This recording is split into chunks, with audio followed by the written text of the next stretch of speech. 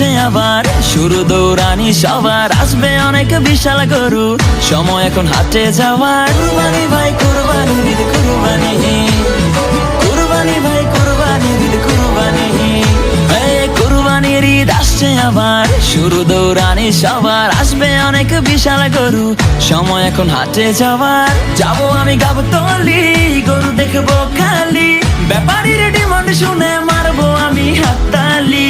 কেউ গরু কিনলে ভাই দৌড়ে সামনে যাই, আগে গিয়ে জিগাই এইটা কত নিচ্ছে ভাই।